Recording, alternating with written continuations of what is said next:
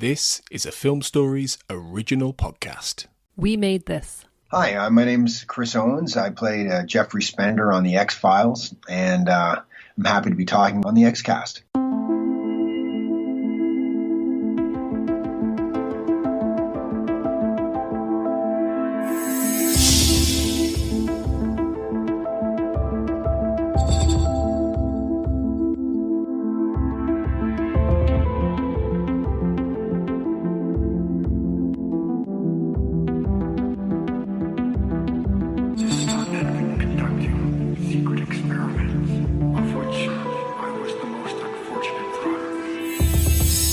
Welcome back, everybody, to the X-Cast. As ever, the truth is in here. And thank you very much for joining me for this episode. I am Carl Sweeney, your host for this discussion about the 12th episode of Season 6, which is One Son. And joining me once again is Darren Mooney. Hi, Darren. Hello, how are things? We're two men, young, idealistic, the fine product of a generation hardened by, well, living through 2020 at this point, I guess. Yeah. How are you?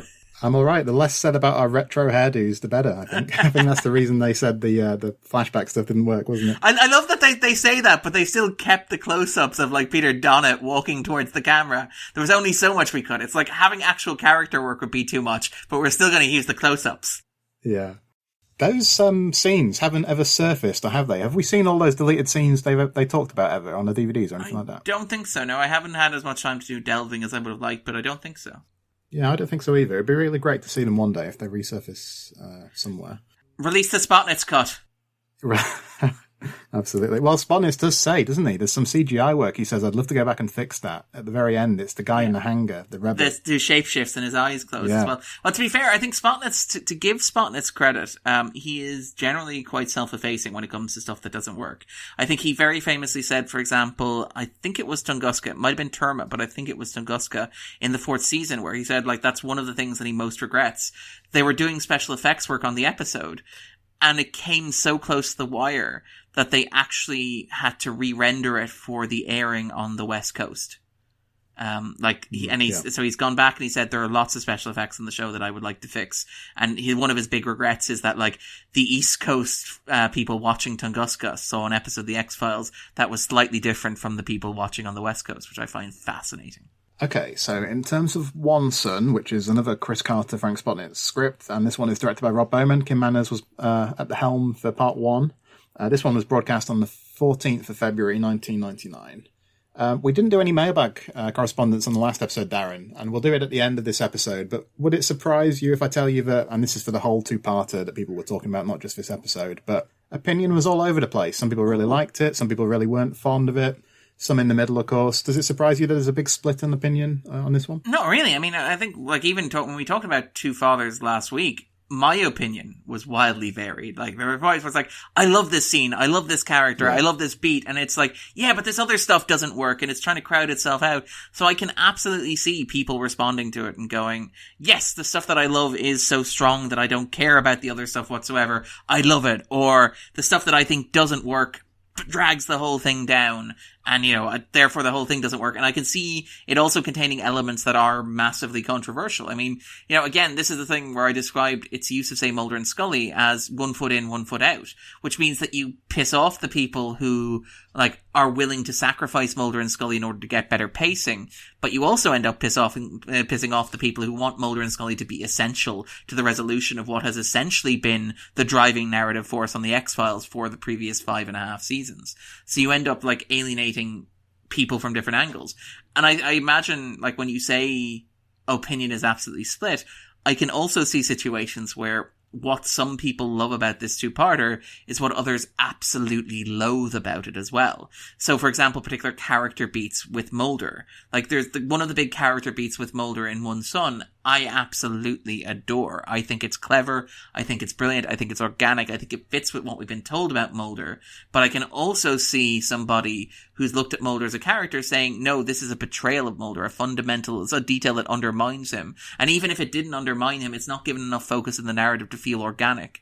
So yeah, I can absolutely see the kind of scattershot stuff. And it's also worth noting, you know, and we'll talk about this maybe when we get to the end, the idea of whether or not this is actually an ending to a thread that's been running through the X-Files. It is perceived as an ending to a thread that's been running through the X-Files. And endings are always, always, always going to be divisive because it's no longer about potential or speculation. It's about reality. It's no longer about promising that, you know, what you're going to get is going to be satisfying. It's about actually delivering it and making it real. And when you do that for something that you've been promising for 5.5 years, it is almost impossible to do that and satisfy absolutely everybody. I think it's notable that like very few cultural phenomenons have had truly satisfying endings in recent years. I mean, we look at things like, say, you know, the disagreement over the final season of Game of Thrones, for example, to pick an obvious one.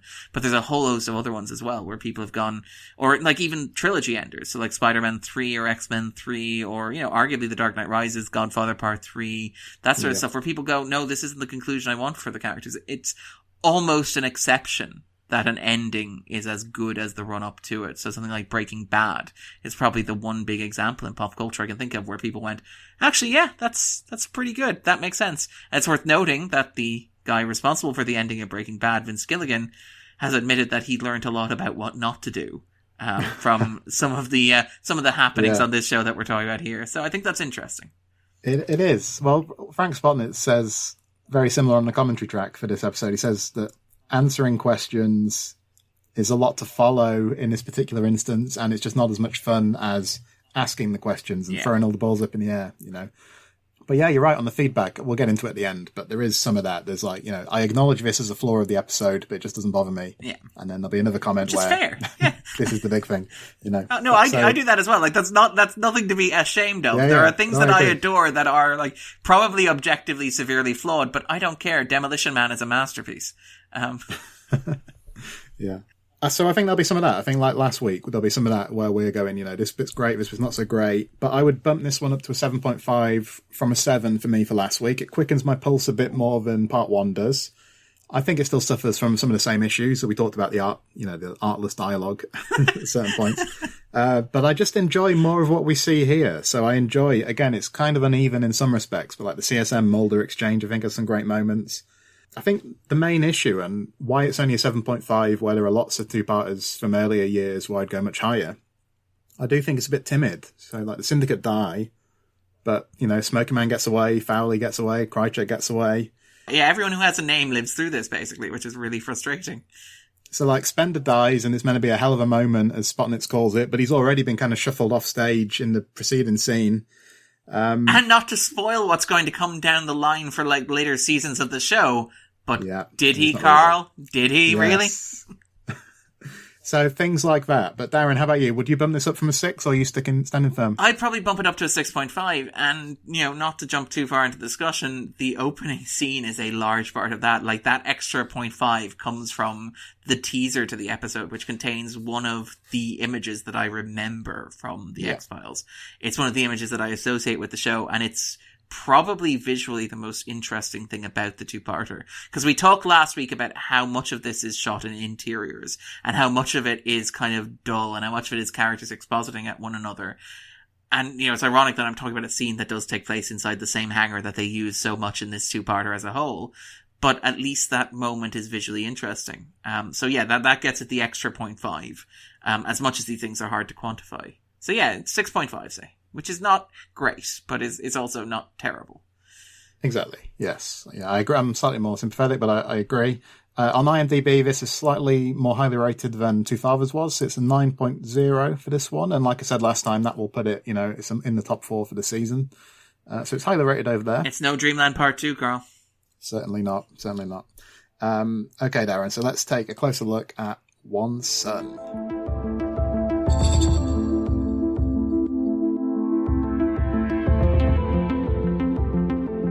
Okay, and we'll start with a teaser, of course. And yeah, I agree. This is the scene with the Mulder voiceover over the photograph with the flames licking the picture. Then the hangar scene in 1973. So the Syndicate meeting the colonists and laying down the American flag. Mulder says something about they thought that survival was the ultimate ideology. So it's a brisk teaser, it's a stark teaser, and it's a memorable one. Yeah, no, that like it's everything that you need to know about the mythology. Like, one of the things that kind of, I think Spotness said, and he's entirely right, is that like this episode is like alien. It's inaccessible largely to somebody who hasn't been following the X-Files 4 or 5 years at this point, who has any idea about how these characters relate to one another. Like, I mean, if you didn't watch the show, for example, to pick a later scene, would you know that like Krycek and Covarrubias have a history together, and what informs that short 2-second exchange that they kind of have with glances towards the end of the episode? Or would that just go over your head? And that's a big emotional beat in the episode. But that said, that opening scene of One Son is so evocative. You could play it out of context and you would immediately understand what is happening. You would also immediately understand the stakes, and you would also immediately understand the thematic dynamics at play here. This is the United States in 1973, so in the height of Watergate happening is going to be happening shortly. Obviously, October 13th, a very important date in terms of the X-Files. I think Carter would have been, 17? That would have been his 17th birthday when this happened. But you have this idea of the United States as the global superpower surrendering. It's an image and a bit of iconography. In terms of Western pop culture, you're probably most familiar with the surrender of Japan, the imagery of Japan surrendering to the United States, and it looks very similar to this. And so seeing the United States itself rendered so helpless and surrendering so completely is shocking. And I'm trying to think of like other similar images in pop culture, and I can't really think of them. And it's amazing because it's done so efficiently and so effectively. This is a hangar set. Yeah. This is a bunch of extras and William B. Davis in a, let's be frank, slightly unconvincing wig. This is a bunch of kind of like small children dressed up as aliens, lit heavily from behind to create like long shadows. But put them all together with Bowman, who knows how to make something like that look cinematic, having directed Fight the Future, and obviously some of the highlights of the previous couple of seasons. It is just stunning to look at. And I wish that more of this two-parter looked or felt like that opening moment does. And I would argue that's one of the defining moments of the X-Files. For all that, like, Two Fathers, One Son maybe doesn't succeed as a satisfying conclusion to this thread, and we'll argue over whether it is a conclusion at all, that scene there is kind of like what you need. You need more scenes like that. You need a closing scene on this episode at least that is as powerful or as shocking or as stunning as that is. And again, it's remarkable that, like, we talked about how much exposition there is in this two-parter, how much time characters spend telling you what's happening, but actually seeing it in a way that the episode doesn't really show you that much else in terms of themes or in terms of character, in terms of drama, is remarkable and stunning. It's a fantastic teaser. It's one of my favorite teasers of the show, which is quite saying something given how hard I've been on Two Fathers and will probably be on One Son. Yeah, and given how many other great teasers there are. Yeah. It makes me wonder how effective this is. Wonder if they overreacted somewhat to the concerns about the younger, or, the older cast made to look young, so... Yeah. To use an example of a film that I know you're very fond of, in Casino, when we go back home years ago and we see Joe Pesci, does he really look decades younger? No, but do we go with it? Yes, I think we do. It's supposed to be 24. Yeah, he's like 50-year-old Joe Pesci playing 24-year-old Joe Pesci, and exactly as convincing as you might expect it to be. Maybe they were wise to parcel it out here, because we just get, this teaser and some brief flashbacks later on.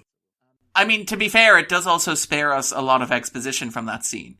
Like, part of me suspects that the reason why there is no unnecessary long exposition in that sequence is because they decided to cut as much of it as possible. Like, part of me kind of suspects that it might have been a happy accident that we ended up with the teaser the way that we did. And they're like, we can't have the actors delivering that line in makeup with that hairstyle, so can we play it silently? Yeah. And maybe have, like, David Duchovny do some voiceover? And it's like, sure, that'll work. Yeah, good choice. So we've already alluded in the previous episode to some of what happens here. So Fowler comes in with the earrings and Mulder and Scully get taken away. So we later discover they're at Fort Marlene, of course, which is harking back to the Erlenmeyer flask. Now, Darren, in that scene where they're showering, which I think Frank Spotnitz acknowledges a lift from Dr. No, where you get Sean Connery and Ursula Andress put through a similar situation. There's definitely a moment there, isn't there? It seems like Mulder's glancing down at Scully's chest. At least that's how I've always taken it. What about you? It's such a weird scene because there's no reason for it to be there. And again, this is one of the things where, I will openly admit that, Fight the Future has its flaws as a feature film, as a piece of summer blockbuster entertainment. But at least it manages to synthesize its high-stakes, possible end-of-the-world, alien conspiracy plot with Scully's going to take a new job and maybe Mulder and Scully are going to break up and they need to work out their feelings subplot. At least it managed to make those two kind of work in concert with one another to an extent. Watson just never, again, this is the thing where it never picks a lane. It's there are two separate plots happening here. The first one is the Mulder and Scully shipping stuff, which is very much like secondary school level of, oh, well, Scully's jealous, but Mulder's also possibly horny. We're not entirely sure which of those will win out. And then the separate other subplot where you have the fate of the world is being decided and there's a possible alien invasion, but involving a separate set of characters, and they never really reconcile. That shower scene is one of those kind of great ones because it's just why is this here? Why are we suggesting that Mulder might want to look at Scully naked, even though we're clearly dealing with a crisis involving Cassandra, who they should very much be worried about, and the possible fact that, all this stuff is kind of coming down upon them at this moment in time. Is this really the time for Mulder to be checking Scully out? And for Scully to be doing that and Scully reacts kind of timidly by turning away from him in the shower as well, which again is very much like a romantic melodrama trope, which is great. I have absolutely no problem with romantic melodramas. It's just, A, do them well, and B, commit to them. Don't try to shove them into the middle of a subplot about an alien invasion of the world and pretend that this is the most important thing happening to Mulder and Scully at this time. And it's so awkward because that's the only reason for that scene to take place in the showers. There's no reason why they can't have this conversation while finishing getting dressed, as they kind of do later on, for example, or in private before kind of Foley shows up. It's very strange, it's very weird, and it's very cynical and very calculated. And again, it feels like we mentioned last week, the cigarette-smoking man delivering his monologue of exposition, spelling out the particulars of the plot so that any audience member who had accidentally stumbled across Fox that night wouldn't feel alienated, at least in theory, or academically or intellectually from what's happening. This almost feels like the opposite. It's it's sweep season, so Gillian Anderson and David Duchovny are very attractive people, and we know that, the Mulder-Scully romance is something that even people who are not too bothered about, bees that carry smallpox, they're invested in, the Mulder and Scully romance. So let's throw that bone to them, so to speak. But in the most superficial ways, because there's nothing of material value there. There's nothing of substance there. It's just something that's designed to make audience members go, ooh, maybe Mulder and Scully might work through their feelings this week. Except, as anybody who is familiar with the writings of Chris Carter will know, no, they won't. Well, I quite like Scully's combativeness in the next scene, where Foley comes in with what is ostensibly the explanation, and Scully takes what for her is not the usual tack, isn't it? And that's motivated by some of the melodrama. She's taken that position because Foley is the person who's standing there speaking it, basically. Yeah. She talks about her being dressed to the nines and all, so on and so forth. Yeah, which is really, really awkward. You would not say that. I can't imagine a situation where she would complain about Krychek's looking stylish when he did this.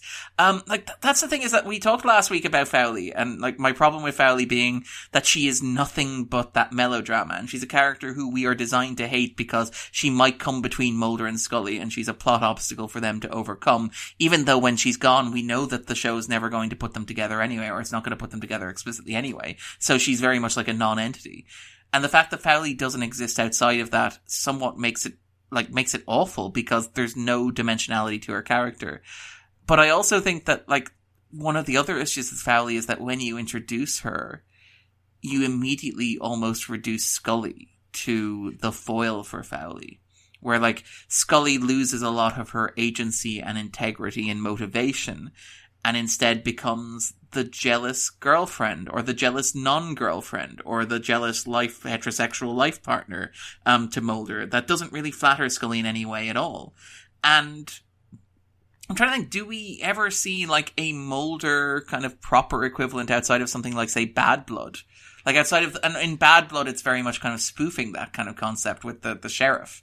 But like, do we ever see Mulder react in that way so aggressively to somebody from Scully's past coming in? Because even when Scully has like her ex-boyfriends in the earlier season, even in say Lazarus, Mulder doesn't seem as solely defined by his relationship to Scully, as these sequences make Scully seem solely defined by her and the scenes in the end as well, to be clear, make Scully seem like she's solely defined by her relationship to Mulder. I don't think we ever see Mulder boil down in the way that Scully is here. No, off the top of my head, I can't think of an equivalent example, but I agree. I think when we talked about the beginning with myself and Kurt and Sarah, I think I said that it's not so much Foley for me. The concept of Foley is kind of interesting. I think it's the fact that when Foley's on the scene, the other characters get written in this kind of weird way. Like in the beginning, you have, I think Scully asks Mulder for her trust, and Mulder says no. Just weird moments. Like, I mean, Mimi Rogers is a very attractive woman, but I mean, these people are professional and adults. Like, this is stuff that if it was happening when I was in secondary school, it would seem immature. But these are like actual professionals in a professional environment. Well, the moment I do like is later when they have the confrontation with the lone gunman, who must have felt really awkward as the kind of onlookers there. But like Mulder, of course, is just having none of it, and he bats everything back. But he then goes to her apartment and breaks in. So you know he's taken this stance because she's kind of his blind spot. But on some level, it kind of gets through. Yeah. But he won't allow her to know it, of course. But, like, it's clear that the lone gunmen also know Foley from way back. Like, one of the plot points in the end is that they know Foley from way back. Yeah, Mulder's chickadee. Yeah.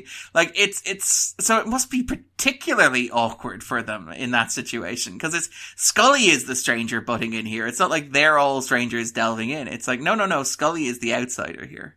Do you think Mulder and Foley were married? The ring. Yeah. Well, because he's wearing the ring in the 2 episodes of season 5 with the flashbacks, and then later in season 5, his old flame turns up. I mean, we don't have to reconcile that if we don't want to, but it seems to me that the most logical explanation is he was married, and the most logical person he would have been married to was Diana Fowler. Yeah, I mean, it's kind of interesting. Again, it does also feel like it probably reduces Foley down as a character, where that then immediately becomes her origin of evil, because we joked last week that we never get the moment of why Foley was tempted. If you make Foley Mulder's ex-wife, then you unload a whole other set of somewhat even deeper and more unpleasant cliches than the ones that are kind of suggested now. I also kind of, like, I suspect that if they were married, there would be more to it. Because it's kind of, the dynamic between them doesn't feel like it's fully formed. It feels very much like the Mulder and Scully dynamic to an extent, where you get the sense that the relationship between them is not fulfilled and again, this is probably just because this is how Carter writes romances, where there's this kind of almost chaste quality to it, where I cannot believe that Foley and Mulder were in a proper, like, thorough, committed relationship, because I don't think Mulder is capable of that. And the way in which it plays at the climax of One Son isn't like a reconciliation between them. The point where they kiss later in this episode isn't played as like a reconciliation. It isn't like Mulder coming back to Foley. It's like the two of them are almost crossing a new line together.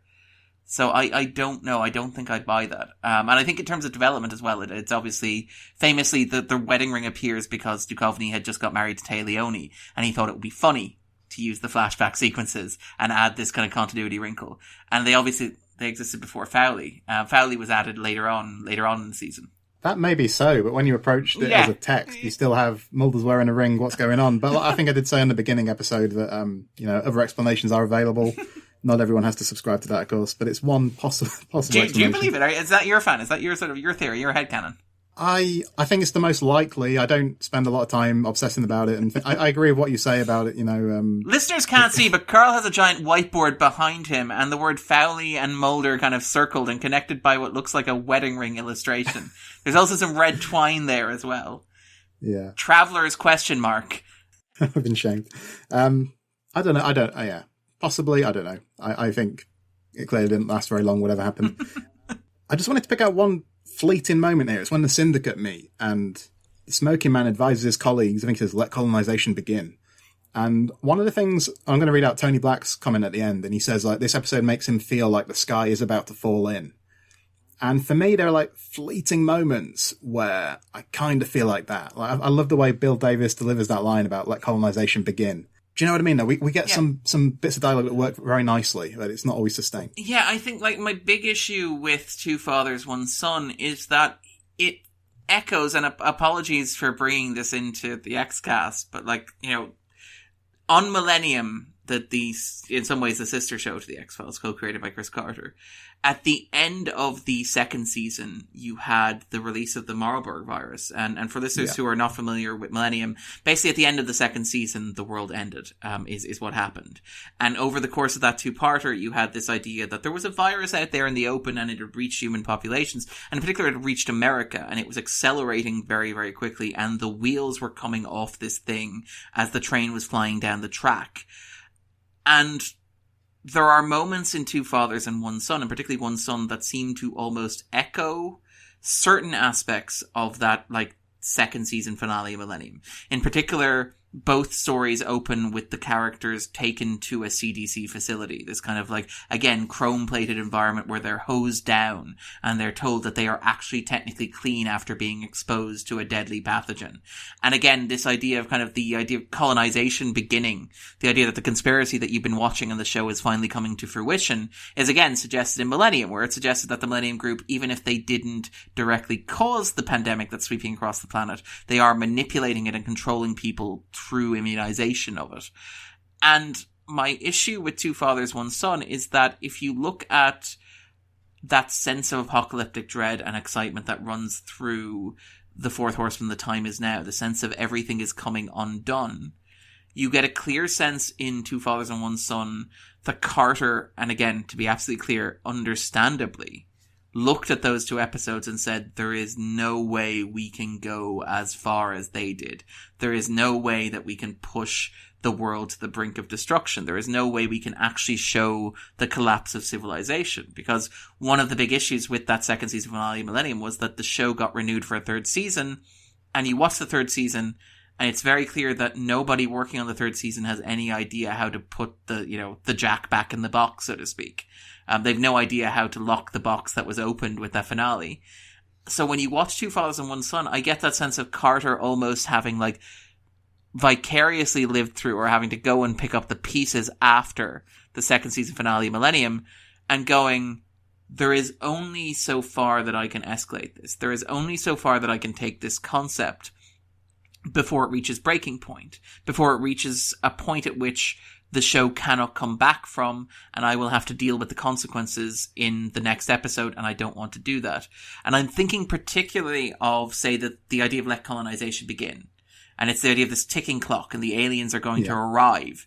Except, no, they don't arrive. The rebels arrive, and everybody's brutally killed, and apparently the colonists are fine with that, apparently. The colonists are just going to hang around and wait around, and maybe they'll come back like at the end of the next season or something, and maybe they'll deal with it then, I don't know. But like, or even things like the moment where, like at the train yard where Skinner pulls up in the car and he's like, you rang me on the phone, you told me to get out here, what was it urgent? And Mulder's like, yeah, we need to get there very quickly, it could be the end of the world. And Skinner's like, well, why didn't you tell me that on the phone? And Mulder's like, no, it could have caused mass panic if somebody overheard. And there's a real sense when you watch One Son that the show is building a very carefully constructed box that says this far and no further. There is only so far that the stakes will be allowed to escalate. And you mentioned it at the start of the episode, and it's worth reiterating. Those stakes aren't just in terms of colonization. They aren't just in the idea of alien ships appearing in the sky over Washington or New York or Los Angeles or whatever, or the public becoming aware of the existence of aliens and what that means, or kind of the stuff that you might see suggested later on in Amor Fati 2, the Sixth Extinction 2, Amor Fati, where you have Mulder live through the invasion in a dream sequence. Even in terms of like the stakes of the show itself, it clears the deck conceptually it was sold as an ending to the mythology. It was sold as this is where it's all been heading. But you watch it, and minor spoiler for the 9th season of the show, but obliquely, not a single named recurring character, with the exception of Cassandra, dies. Cassandra is the only character who dies, and she was only named character who dies, and she was only introduced last year, and she's played by special and possibly expensive guest star Veronica Cartwright.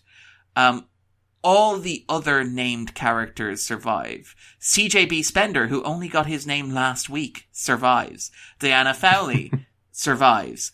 Krychek also survives. Marita Covarrubias, who we didn't even realize was still alive, survives. The characters who die are the second elder, the first elder, the anonymous families of the elders. That's a problem. That's a very real problem in terms of selling this idea of apocalyptic stakes. You need to convince me that the sky is falling. And I think of episodes like, say, the 2nd season finale of Hannibal, which is a great example of this, because if you look at the 2nd season of Hannibal, the 2nd season finale of Hannibal, in a broad sense, nothing actually happens. Very few characters, only one named character actually dies in the episode. All the other characters survive it. However, it feels brutal and apocalyptic because it tears through the cast like they're made of tissue paper, and it shakes the apple cart, and it throws everything up in the air, and it breaks the status quo in an incredible and fundamental way.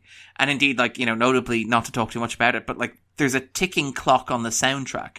The entire hour-long soundtrack of the episode is the sound of a ticking clock, creating the impression that you're counting down to something.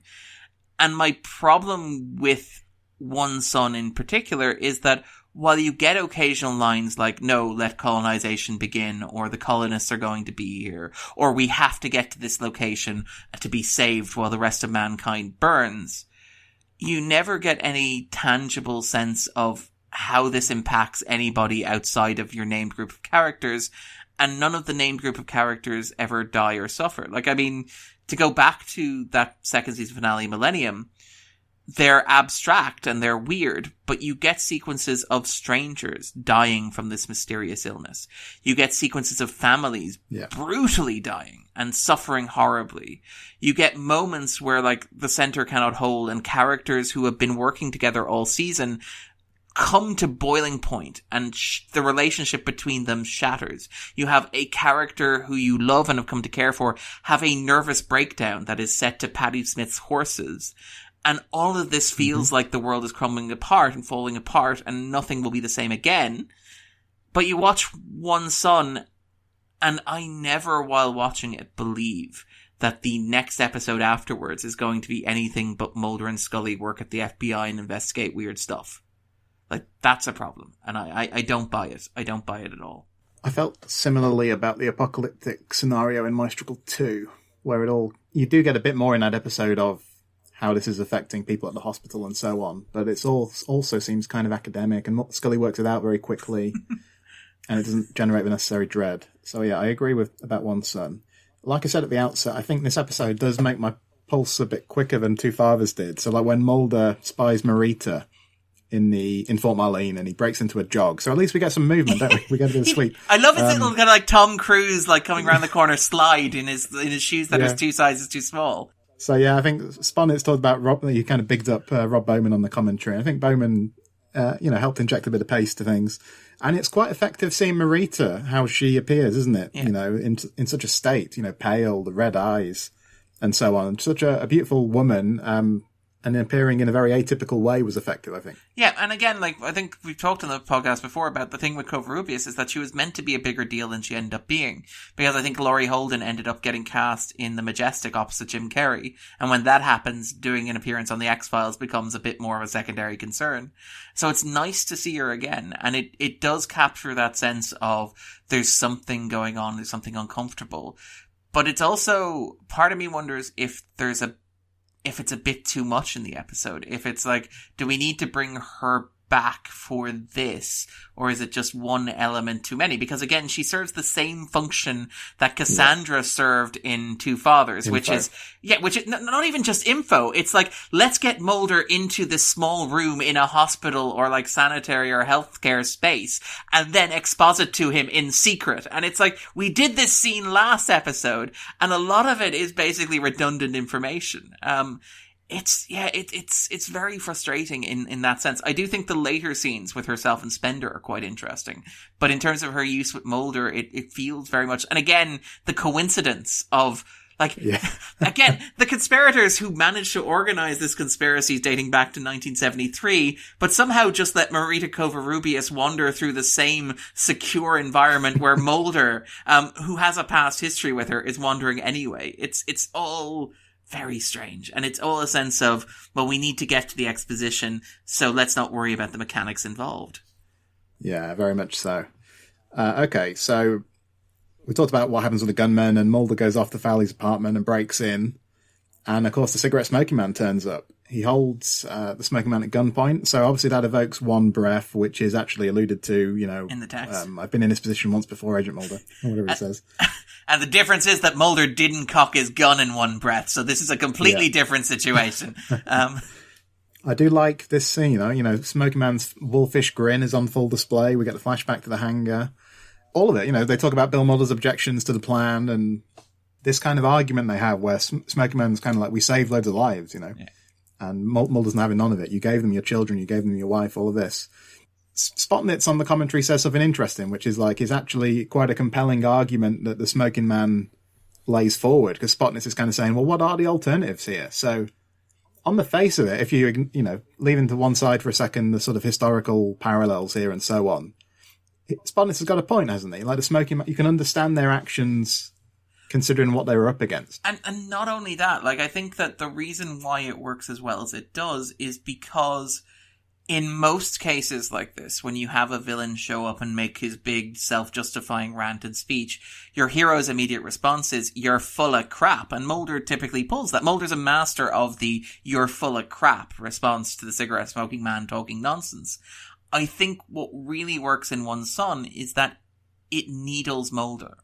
Like, the cigarette smoking man makes his argument, and not only does it sound convincing because it's Bill Davis, and again, very few actors can deliver Carter dialogue as effectively as Bill Davis, but he manages to rattle Mulder and catch him off guard and gets Mulder questioning his assumptions. And if Mulder questions his underlying assumptions, then we as an audience are given the liberty to do that as well. And what initially seemed very clear-cut becomes more ambiguous. And I think that's something that the episode deserves a great deal of credit for doing, even if I think it's a little bit rushed, and I think you could probably do with a bit more space given to it. And it's handled in, I think, in a sum total of like 4 lines. Mulder's big emotional dark night of the soul unfolds in a grand total of 4 lines because there's so much else happening here.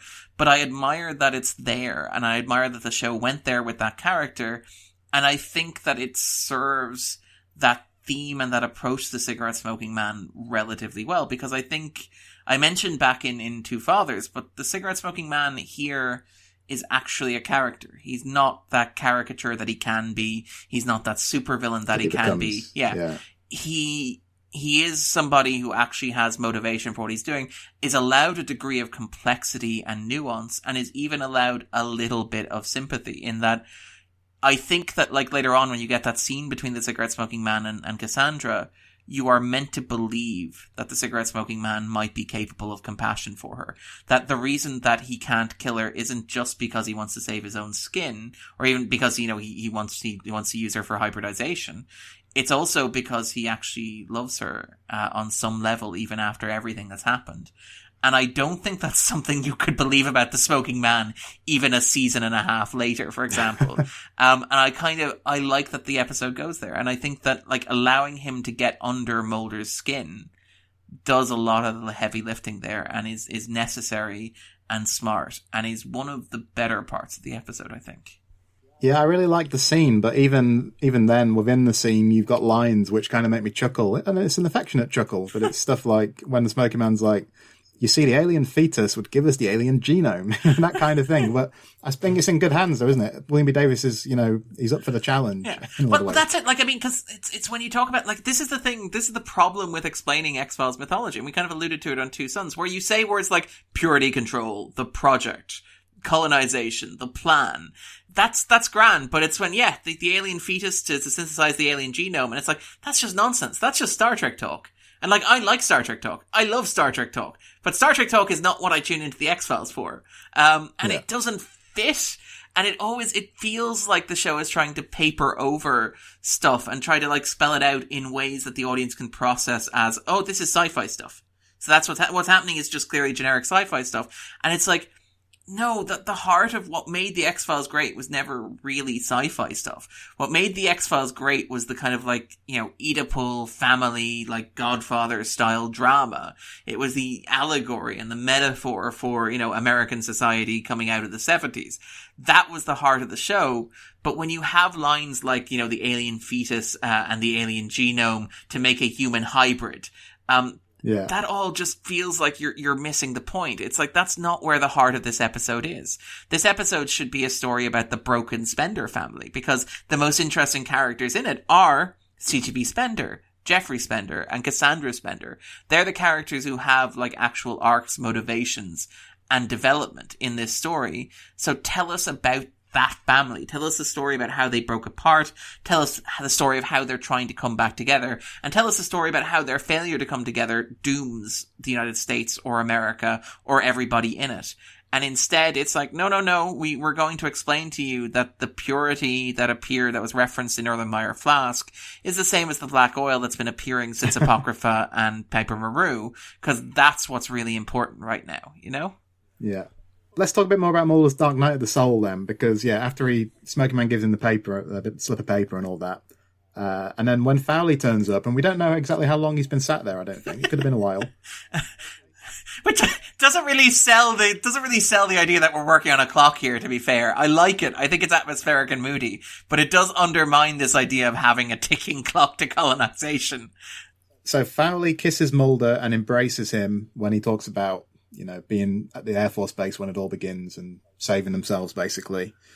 So this is what you mentioned, what Spotnitz had said about this is how we know Foley's evil, isn't it? So what he was kind of saying is because she doesn't push back against the decision to go along with it, isn't it? Yeah. That's kind of the indicator. Yeah, again, this is the weird double standard that you have with Foley, where, like, Mulder has made the decision, and Foley's decision is not to fight Mulder on it, right? So Foley is evil because she decided not to fight Mulder in the decision that he made, but Mulder is our hero here. This is a very strange moral calculus. But I have to admit, I actually love that Mulder does make that choice. That Mulder's choice, when presented with the choice the cigarette-smoking man made, and with the choice that his father ultimately made, he makes the same choice that they did. And I think this is important. And I think it's important.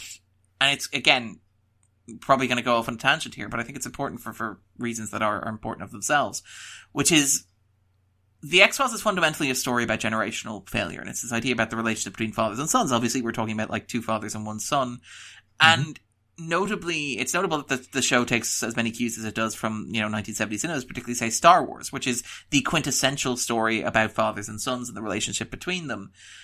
And one of the central tensions of this is the belief that every generation has that their parents essentially screwed it up for them, that their parents made bad choices, and those bad choices are the reason why we live in the world that we live in today, that it is the responsibility of a generation that sold out. And this is particularly notable in the context of the X-Files, where it's the 70s. It's the generation that sold out were the idealists of the 60s.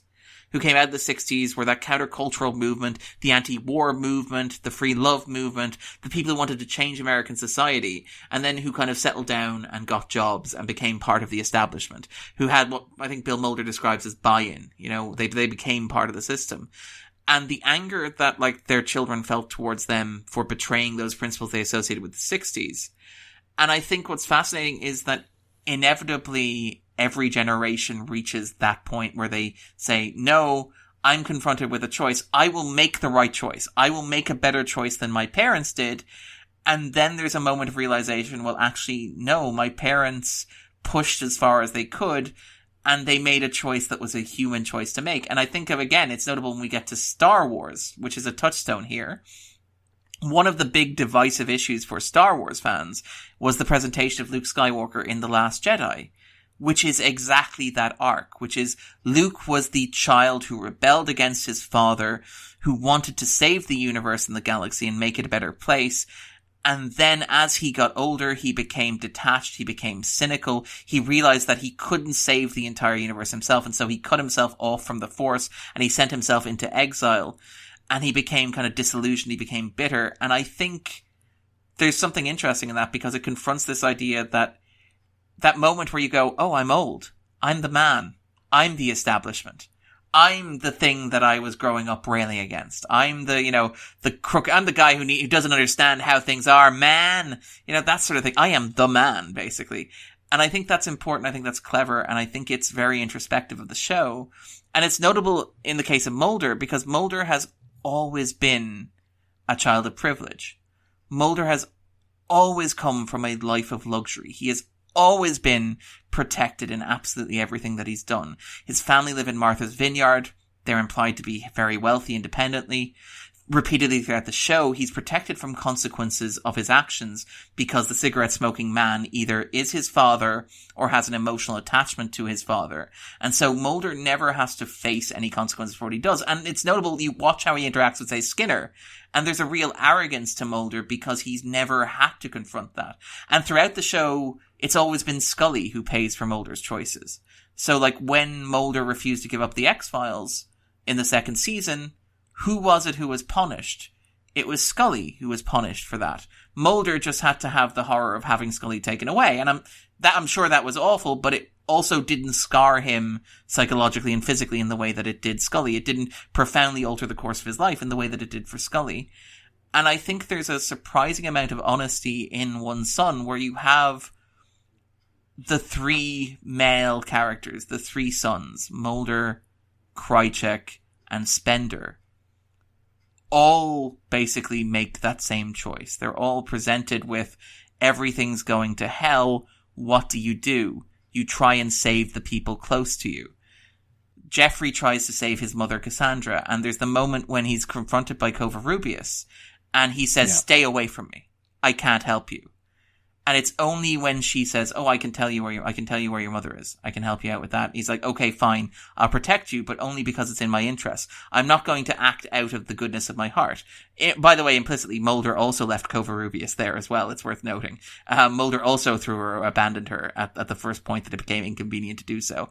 And again, Krycek, when he confronts Covarrubias and Spender, he's like, no, can't you see it's all going to hell? Screw you both. I'm in it for myself.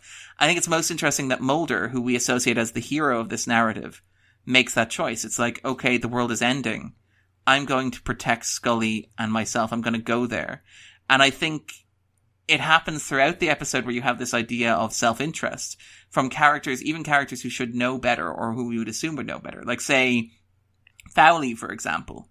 Because throughout the X-Files, there's been this recurring motif of the control of women's bodies, and the idea of that as a core recurring theme, the idea of men trying to control women's bodies, in particular their reproductive organs, their reproductive cycles, and how they use those bodies. The experimentation on Scully, the experiments on the women in Mofin and stuff like that. And I think it's very telling that Foley's betrayal or Foley's complicity with the syndicate is in keeping tabs on these women, in visiting these mutual UFO network groups in order to keep tabs on these women for these men. And in doing so, she becomes a traitor to this idea of sisterhood or femininity, or this idea that she has an association or a tie to something beyond her own self-interest.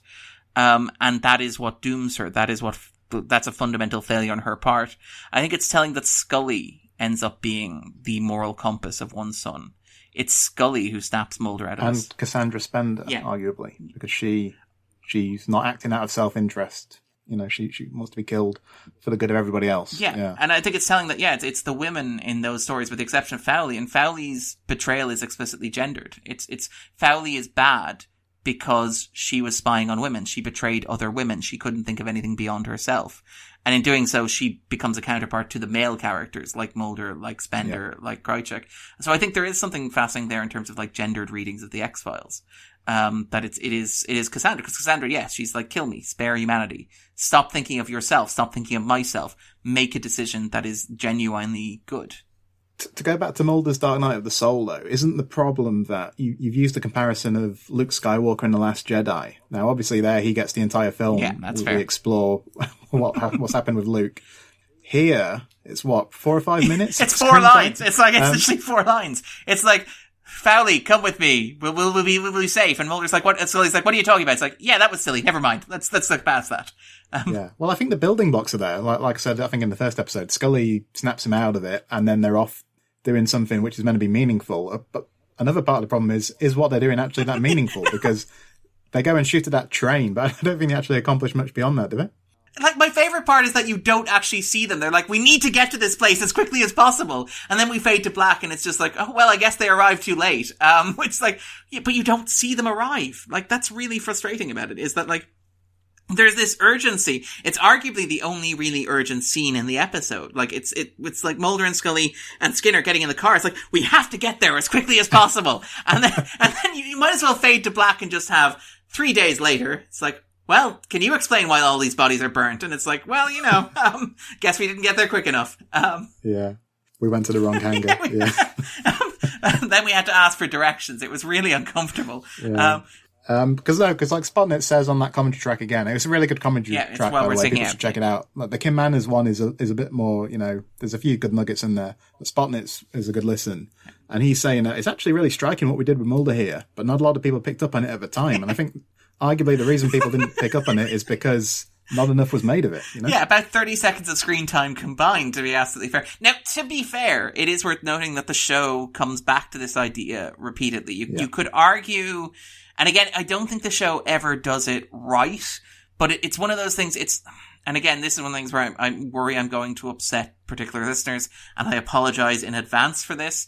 This is just my... Speak your truth. This is just from my heart. This is just my opinion. It's one of those things like Scully's strange fascination with becoming a mother that kicks in around season 4 and season 5, where it's a choice that, for me, and again, I understand that you can justify it in a variety of ways, particularly after what happens in the second season, and treat it as an organic character arc or character development for Scully from there. But for me as an observer, I never bought that based on the characterization of her in the first and second season. Scully never seemed to me to be a character who needed a child that much or to define her that much. And I was always vaguely uncomfortable with that because Mulder never has a similar urge in terms of having a child for himself. He never has a desire. And the fact that it's the female character or the female half of the partnership that does that was always something that made me a little uncomfortable.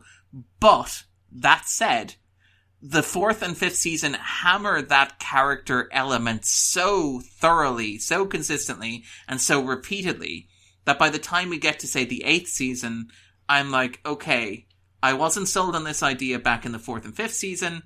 Now I guess it's just part of who Scully is, so let's go with it. I can accept this as who she is. And there's almost something like that with kind of Mulder's, like this portrayal of Mulder as a character who will...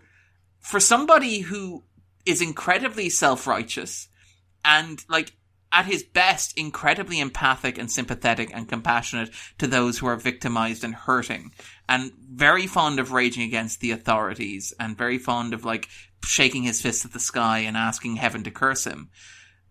It happens enough times over the course of the show that Mulder's faith is, like, completely broken and he basically sells out, that I kind of go, I'm not sure I buy each of these individual cases, like, when they happen one at a time, but when you take them together, they kind of suggest something interesting about Mulder as a character. Obviously, there's the wonderful, Mulder's kind of dark night of the soul after Redux 1 and Redux 2, where he just completely abandons all of his beliefs, including ones that are completely unrelated to the beliefs that have actually literally been shattered in the episode. And then that happens, and that's resolved.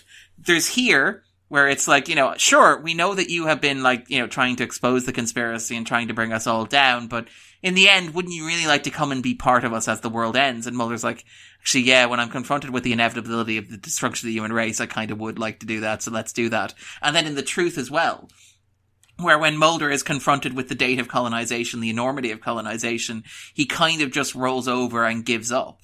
And it's kind of like, I find that's a really interesting recurring aspect of Mulder's character. And if I was being cynical, I'd say that's a cheap way to generate drama. Because, like, what better way to have your lead crusading character than to have him go through these moments of self-doubt and introspection. But I find it interesting that the show keeps coming back to that as a button on Mulder. Is that, like, for all that he talks a good game about this stuff, when it gets really intense and really personal, he kind of... He has a tendency to fub it, to drop the ball, so to speak. I find that interesting. It is interesting. Well, there are other moments where he's more steadfast, like the Redux 2 moment I mentioned with the smoking man, where he's like, no deal. I won't come and work for you. But I think in this instance, the enormity of what's been conveyed to him, I quite like it. I just wanted to see that emphasised more. Yeah, no, I agree with that. You know. Okay, let's talk about a couple of points towards the end of the episode. So... like we've kind of joked and said that's a very big hanger, but it does look good. Apparently, the reason we don't actually see the Syndicate go up in flames is because it's a wooden structure, so fire is just kind of out of the question. So we get the fade to black.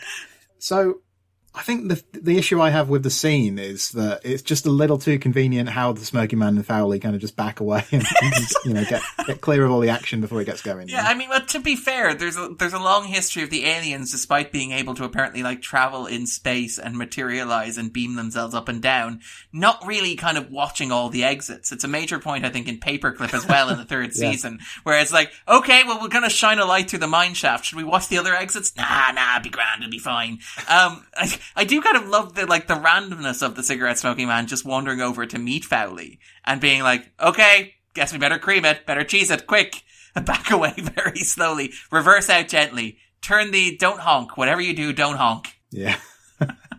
Yeah. Because who's managing that base? Like that, I kind of want to know that. I kind of want to know like where they're meeting on the base and like, is there a checkpoint? Is there like an army group outside that's wondering what the hell's going on, but they've got strict orders not to interfere no matter what? You know, because presumably somebody has to shuffle them here and there. Somebody has to be watching this gigantic hangar in the middle of nowhere so teenagers aren't like drawing or graffiti or drinking in it. Okay, no, just towards the end then. So Kirsch, I mentioned earlier in the last episode, I think, we've seen lots of Kirsch in early season 6, but not until the very end here.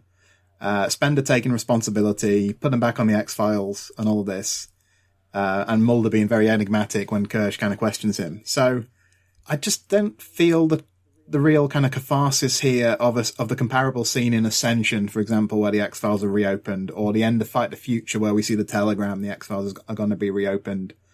And I think it's linked to the fact that they hadn't done a great deal in this two-parter. No, they don't even arrive afterwards. Like again, one of the classic kind of X-Files formulas is Mulder and Scully show up and do absolutely nothing and have no impact on the plot whatsoever. But some of those episodes are actually good. But here you're robbed even of the moment where they show up and there's a bunch of dead, burnt bodies, which should at least be a massive moment. Where like Mulder and Scully figure out what happened or pick through the rubble. Like instead we just kind of fade to black and it's like, okay, well I guess that they, I don't know, showed up, rang the police, catalogued the bodies, did a scene, one has to imagine, similar to the start of The Red and the Black at Skyland Mounting, where they're kind of like going through these bodies and processing the horror that's happened. But because the episode is so ridiculously overstuffed, it's just like, yeah, I guess we gotta reopen the X-Files and get them reassigned now, so let's just move it along here, nothing to see here. And I think, like, this is what really bugs me about Two Fathers, One Son, is that it's not a resolution in any way, shape, or form that actually matters. In that it kills a bunch of supporting characters. But what it really does is it just resets the status quo back to basics. It doesn't change the status quo. So it puts Mulder and Scully back on the X-Files, but there's no reason for it to do that. Beyond the fact that, well, the show is called The X-Files, Mulder and Scully are our lead characters, and they spent 5 years, roughly, give or take a short spell at the beginning of the second season, working in The X-Files, so I guess that's what we gotta reset back to. So, like, Spender's arc here doesn't feel entirely fully formed. Like, he's mourning his mother, but there's no real sense of why this time mourning his mother, he's humbled, and he trusts Mulder and Scully, who he's only briefly interacted with. You know, Mulder tells him where he can shove it in Two Fathers. Like, so there's Scully, was very aggressive to him, I think, back in the end as well, if I remember correctly. So there's no reason why Spender should go at the end of this. Actually, you know what, Mulder and Scully, they're two tip-top fine guys who should be put in charge of the job that I have failed to do for so long. And it doesn't feel earned in any way, shape, or form. Theoretically, you can see the building blocks of it, which is Spender lost his mother. He's had this crisis of conscience. He's realized there's a problem and he's not capable of dealing with it. And that Mulder and Scully presumably are, even though nothing you've seen of Spender's journey involves making that leap from I can't do it to Mulder can. Like, it's that sense of, like, the missing block. It's a join the dot storytelling, but there's a line missing, so it doesn't look right. Yeah, the architecture is not entirely sturdy. Yeah. And even to the fact that final scene with Smoking Man and Spender, like you've talked about it, this episode not feeling like a culmination. And you have an action which could feel like something of a culmination because it's the end of Spender. He's gone through this arc, but we don't feel enough about him.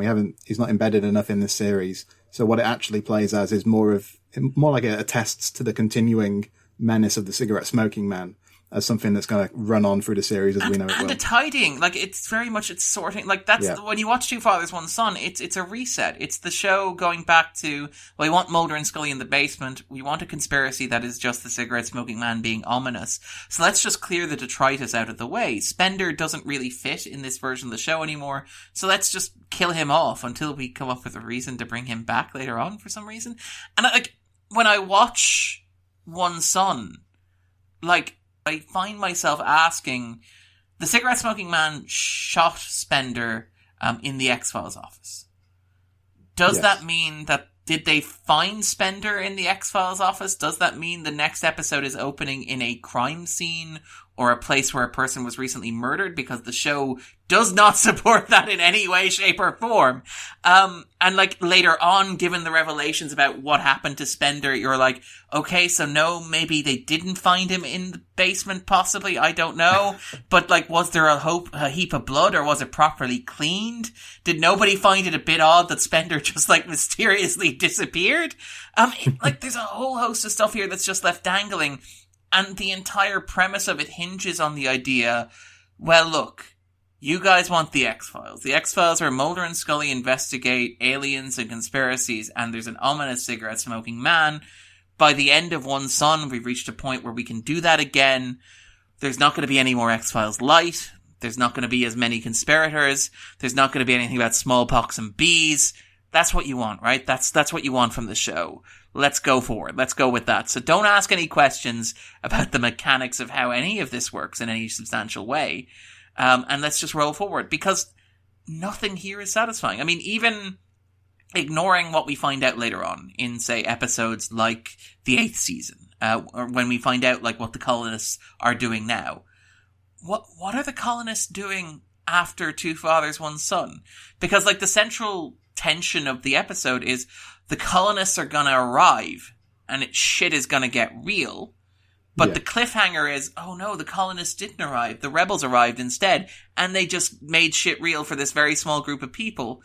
But, like, logically, if you think about that, what happens when the colonists ring the phone and nobody's answering? Like, what do you think is going to happen when the colonists show up and there's a bunch of burnt dead bodies of people they were working with? Why in the name of goodness would they not just go, okay, deal's off, invasion's on, let's do what we've been threatening to do since 1973? And it makes absolutely no sense in terms of any way outside of, this is a fictional TV show and we're trying to reset the status quo back to something resembling what it was when it started in order to allow it to remain accessible to casual audiences who might want to watch it on a weekly basis and be familiar with the formula. And I think that's kind of that's my big problem with the two-parter. Just like fundamentally, I think. Yeah, well, on that note, let's see what our listeners feel about these issues in our XCast mailbag.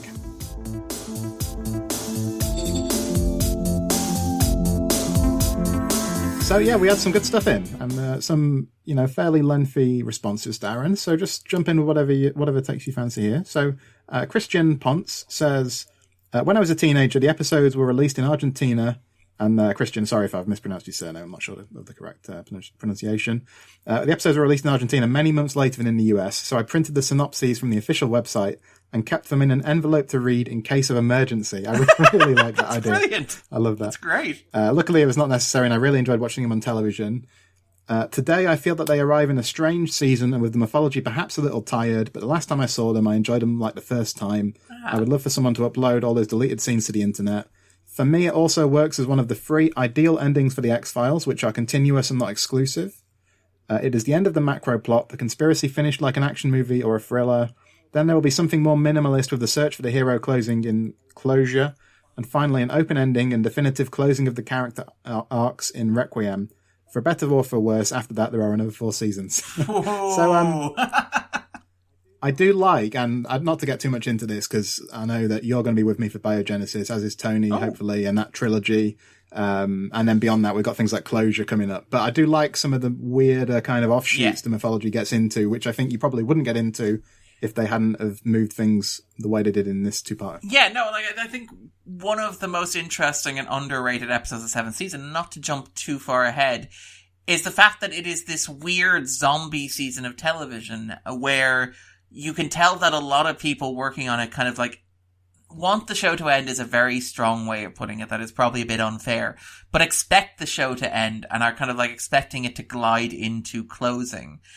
And I quite like the weirdness of the mythology in the 7th season where it's like we can't rev it up because we expect the show's going to end. So we can't necessarily add new stuff to it.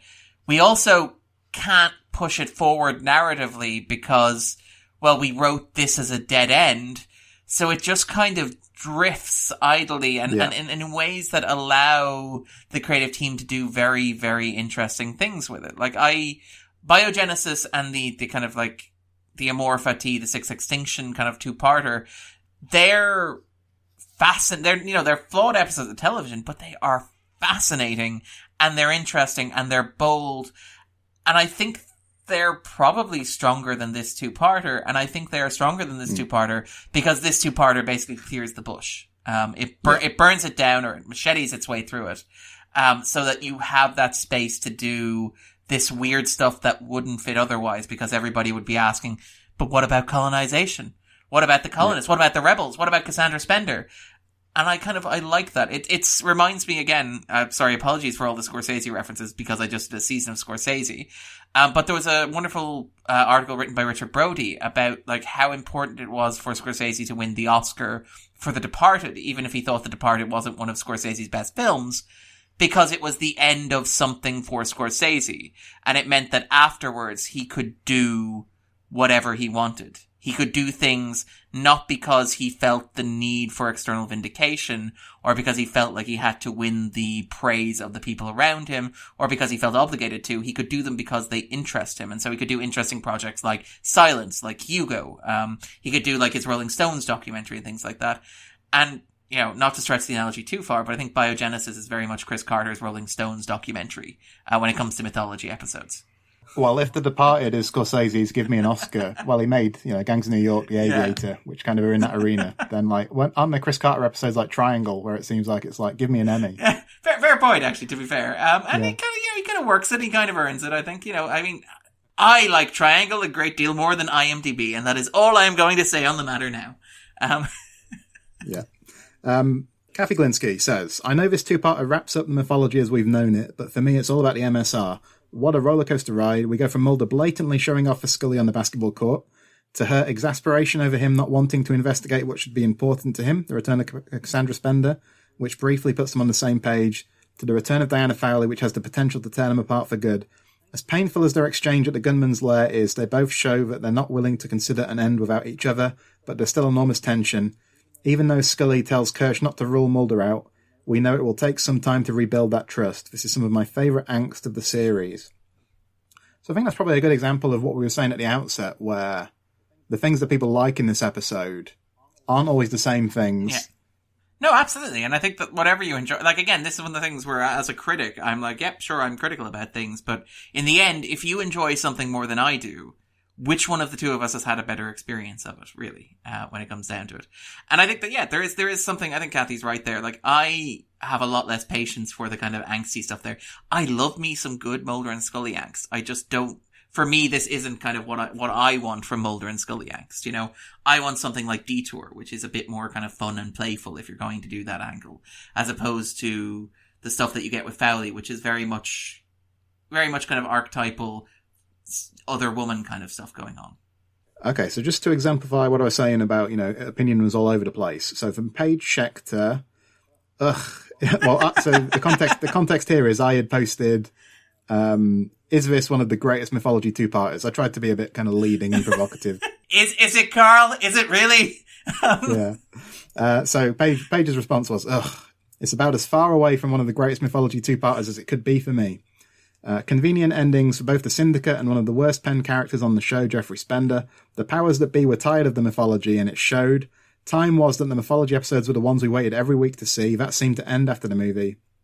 This wrapped up a great deal of that, and boy, weren't CSM and Foley lucky the aliens didn't think of covering the other end of the building, which is kind of what you were saying, Darren. Yeah. Now, that's Paige's view. On the other extreme is Tony Black. So, in response to my question, he said, I actually think it is one of the greatest, you know? I've always loved these episodes for how bravura the decision to end such a huge mythology was in the middle of a season, and how mythical and lyrical these two episodes are. One of the best showcases for Cigarette Smoking Man, using him as the anchor point and narrator. It weaves in an incredible amount of characters and storylines and genuinely manages to make you feel like the sky is falling by the end, even though you know it won't.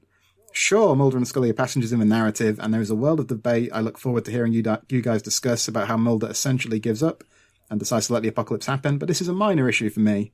This is on the whole glorious storytelling that both wraps up and absolutely doesn't conclude a narrative of mythology that by design is impossible to end. Yeah. And to be fair, to give the episode some credit, and I mean, like, I say some credit, I gave it 6 out of 10, which is, like, more possible. Well, this is 6.5, the other one was 6. But yeah, like 6 and 6.5 out of 10, which is a positive rating, by any measure.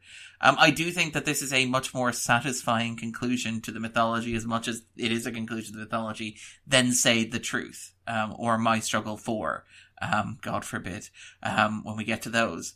But, like, I do think that, like, in terms of if you had to pick a finale episode of the mythology, I guess this would probably be it. I'd probably go Requiem in terms of a finale for the show, or Within and Without. Yeah. Essence and Existence, apologies, from the 8th season, alternatively. But if you needed a big, this is the end of the grand sweeping mythology of the show, this is, I think, the best of the three of them, I would contend. So to give it credit where it's due. Okay, and just very quickly to conclude, Adam Silva, these episodes were a reaction to criticism that Fight the Future didn't answer enough questions. Overall, I think it's a decent sequel to Patient X, The Red and the Black, but maybe not the culmination the myth arc deserved. The most interesting stuff is with the other characters, Jeffrey, Cassandra, CSM, Krychek, Mulder and Scully are really bystanders. So yeah, I think with Patient X, The Red and the Black, I think you really do feel that grandeur, you know, with the stuff on the dam and that kind of thing, which I don't think this episode captures with settings like the hangar and so on, as nice as they are. Yeah, and I mean, I would also argue that, like, the character drama in Patient X and The Red and the Black is more clearly drawn than it is here. I mean, even characters like the well-manicured man and his kind of, like, attempts to forestall the conspiracy and kind of to act as the conscience for the conspirators, there's no equivalent character to that here. You know, there's the sequence where Krychek kind of, like, trying to play both sides against each other, and Marita kind of betraying him and being betrayed herself in turn. Nothing like that is here. And again, the episode would be much richer if it could find room for it. Instead, it feels very much like bullet point summaries. I think, like, when I talked about the Red and the Black and Patient X back with Kurt, one of the things that I loved about it was how free form it was, how freewheeling it was, how much it felt like Carter was just doing stuff not because he had an obligation to tie into the movie, because so much of what's introduced in that two-parter has no basis in the movie whatsoever. And in fact, he has to write a soft landing for it when he comes back in the beginning, in the 6th season, where he's like, oh yeah, here's all the stuff that was from the 5th season that wasn't in the movie. Don't worry, it was always there. Don't ask any questions. It certainly didn't happen because I didn't plan that stuff when I wrote the movie. It all fits together absolutely perfectly. And I think that, yeah, I think it's very similar to what you mentioned, Spotnet, saying on the commentary, which is that answers are often less interesting than questions. And particularly when it comes to conclusions where instead of, and again, we mentioned Game of Thrones earlier, Game of Thrones is a great example of this. Game of Thrones in its first 5 seasons goes outwards exponentially in that it sets up these characters, it sets up these journeys, but it sets up all of these possibilities and permutations and these ideas how these elements can interact. And as an audience member, not only are you passively absorbing it, because they're questions, you're engaging with them. Because they're riddles, because they're enigmas, because they're mysteries. You aren't just sitting down for an hour watching it and turning it off and waiting a week and watching another hour of it. In the time that you're not watching it, you're going, yes, but how does this element fit with this other element? Where is this going? What is the end game for this? But what if this element interacts with this element in this interesting way? And that's vast and sprawling and incredible, and it makes the narrative bigger. And I think the difference between something like The Red and the Black and Patient X, which does that, which makes the narrative bigger by doing things like introducing the rebels and introducing Cassandra Spender and introducing Jeffrey Spender. The difference between that and what this does is that this immediately cuts aside all of that. It narrows it down. Instead of going outwards, instead of encouraging the audience to play with these ideas themselves, it says, no, whatever you were thinking, this is how it is. This is how the elements fit together. This is how they're supposed to be. And so it's much more limiting and it's much less engaging and much less exciting, I think. I think that for me is the big gap, I think, between those two-parters. I agree, even though I like the episodes slightly more than you and would rate them slightly higher. I think it's a fair assessment, to be fair. I mean, I don't hate these episodes, I should be clear. They're very well made. The production's fantastic. And I love, there's that wonderful... Again, sorry, I realize I'm just singling out things to praise now, I'm just grasping out of thin air. But even I think of, the way in which they're directed. Things like, say, Kim Manner's wonderful shot where the second elder's murdered, and the camera pulls back from the window of the house, which is a suitably cinematic shot. Or we mentioned the opening scene of this with the surrender to the aliens, which again is shot very, very cinematically. And even though, as we pointed out, most of this episode is just interiors, characters expositing in interiors, it's still very lovingly and very carefully and very meticulously made. Yeah, definitely. No, there is always a risk of sounding a bit too harsh, but you're right. No, I mean, for both of us. But yeah, no, that's a good point. I think in the hangar, for instance, there's a scene later on where you get a low shot where you can see the curved ceiling. Yeah. And they talk, I think Manners talks on the earlier commentary about how this was a show where they always wanted the sets to have ceilings, to kind of avoid that televisual feel of, cheap locations, cheap sets. And I think they accomplish it. And I think Spotness points out that, one of the great things about the hangar is that, until you put people in it, it doesn't seem impressive. It's only when you see how small they are. Scale. And again, you get Manners using that set rather well, and you get Bowman using that set as well, where they'll put the camera up in the rafters or on a crane in order to get that sense of scale. And it does look impressive, because I know you and I have both mocked how much of this is interiors and exposition. For a two-parter that's built around a gigantic air hangar set, it is incredibly cinematic.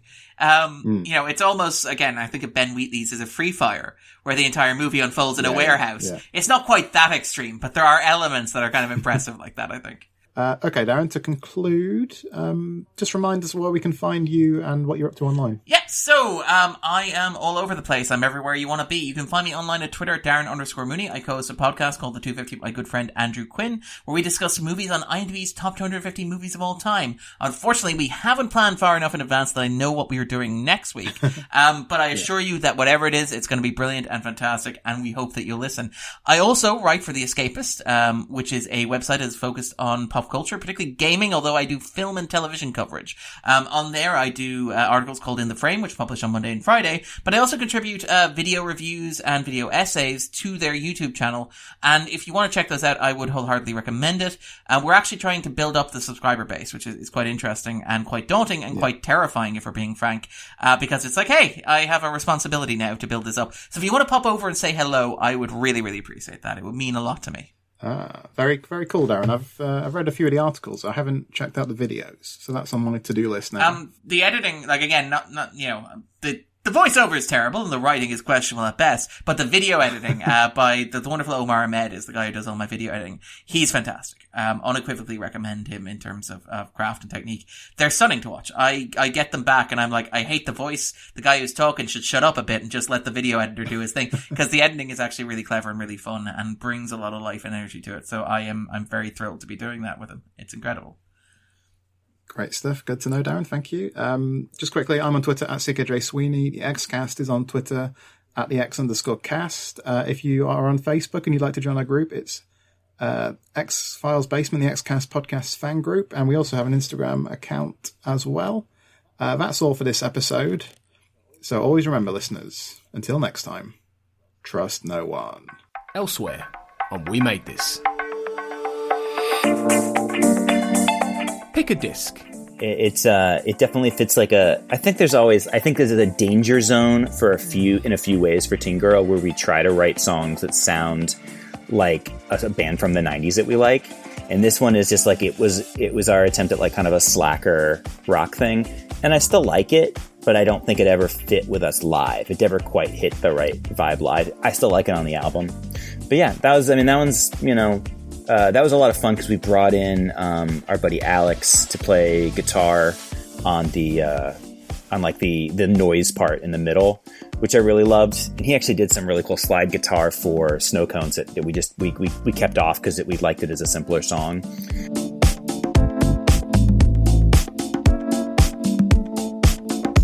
Right in the childhood. Can I ask you a question about the Snowman? Yeah. Is your memory that it had the David Bowie introduction?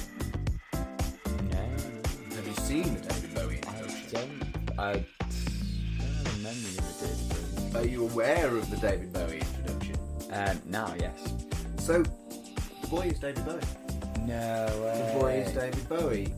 Channel 4 usually, but not always, aired a 2 or 3 minute intro with David Bowie holding the scarf that Santa gave him, saying, "This is my childhood.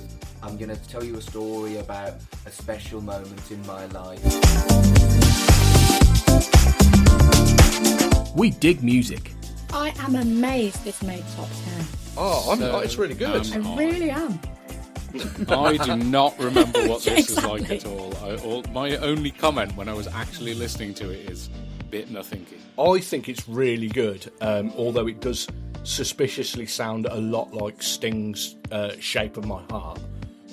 What? It really does. The guitar melody is very much like it. It's got Fuck you. beautiful guitar and vocal. Fuck you, Ian. Check out all of these shows and more on the We Made This podcast network.